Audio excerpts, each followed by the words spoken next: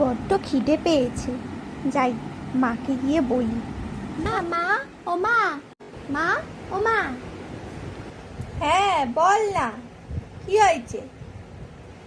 খিদে পেয়েছে, কি খাই? খাবার রাখার জায়গায় দেখ ভাত রাখা আছে, খেয়ে নে। তোর ভালো কিছু বলতে পারো না? রুটি ভাত কি সব বলে যাচ্ছে, ভাল লাগে না। সেই সকালবেলার থেকে শুরু করেছি, হ্যাঁ, রান্না করা, ঘরের কাজ টাজ, তারপরে এই এসে সবে একটু বসার টাইম পেয়েছি, আর এখন তুমি এসে বলতে মা খাবো খাবো। হ্যাঁ, এই তো সবে খেয়ে উঠলি রে, কি করে আবার খিদেটা পেয়ে যায়? হ্যাঁ, মাথায় ঢোকে না আমার, কোনো শান্তি পেলাম না আমি। হ্যাঁ, বিয়ের পর থেকে শুরু করেছি তোর বাবাকে নিয়ে, আর তারপর থেকে কেটেই যাচ্ছি ছেলের জন্য, মেয়ের জন্য। হ্যাঁ, তোমার কথা শুনে আমার পুরো পেট ভরে গেছে, আর আমি খাবো না, পেট ভরে গেছে, আর আমি খাবো না বাবা, আমি খাবো না, আমি চললাম বাবা, আমি আর খাবো না, চললাম। আমাকে কেউ বোঝে না রে, বলো। খেতে গেলাম উল্টা আমাকে কথা শুনিয়ে দিল, ভাল লাগে না।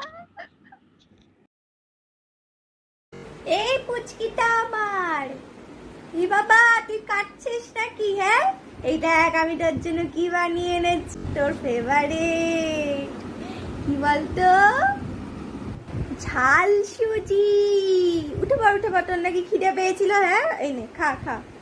ও মা, বলছি আর একটা জলের বোতল দিয়ে যাও। এবার ঝাঁটা নিয়ে আসছি, দাঁড়া।